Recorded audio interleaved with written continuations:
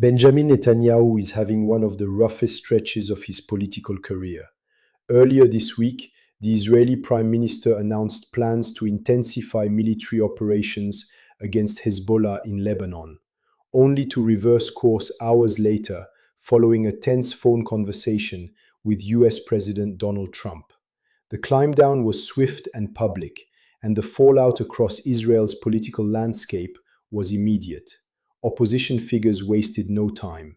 Former Prime Minister Naftali Bennett, widely seen as Netanyahu's most serious challenger ahead of upcoming elections, accused him of surrendering Israeli sovereignty. Yair Lapid, another former premier who recently joined forces with Bennett in an electoral alliance, went further, suggesting Israel was beginning to resemble a client state. Even centrist politicians, who have generally stayed out of the fray, took the opportunity to pile on. What made the reversal particularly damaging wasn't just the optics, it was the timing. Netanyahu was already dealing with a coalition on the verge of collapse. The core issue is a long-running dispute over military conscription exemptions for ultra-Orthodox Jewish men. These exemptions date back to Israel's founding, but with the ultra-Orthodox population growing rapidly and the Israeli military facing sustained pressure on multiple fronts, the arrangement has become politically explosive. Netanyahu attempted a compromise last year, a bill that nominally introduced conscription requirements but was riddled with enough loopholes that the vast majority of ultra-Orthodox men could still avoid service. The proposal satisfied almost no one. With the wars in Gaza and Iran briefly pushing the issue to the back burner, Netanyahu managed to hold things together for a while.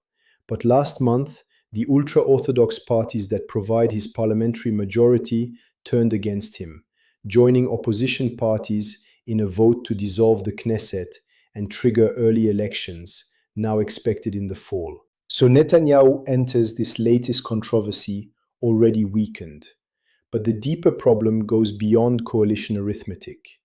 For decades, his core political brand has rested on a single promise, that he alone can keep Israel safe.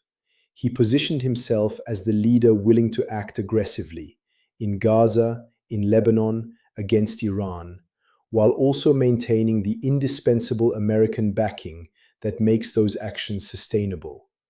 That combination was his electoral superpower. That pitch is now looking considerably less convincing. Hamas continues to operate in Gaza despite years of military pressure.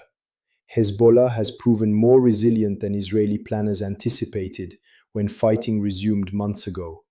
And the broader strategic campaign against Iran has not delivered the decisive outcomes that were promised. Now, this week's episode suggests Trump may be moving toward a deal with Tehran that could constrain Israel's freedom of action, not just regarding Iran's nuclear program, but potentially in Lebanon and Gaza as well. None of this means Netanyahu is finished. He has survived crises that would have ended most political careers, and Israeli elections remain unpredictable. But for a leader whose entire identity is built around projecting strength and delivering security, the current situation represents something more than a rough patch. The image he has spent years constructing, of a prime minister who controls events rather than being controlled by them, has taken a serious hit. And with elections on the horizon, his rivals will make sure voters don't forget it.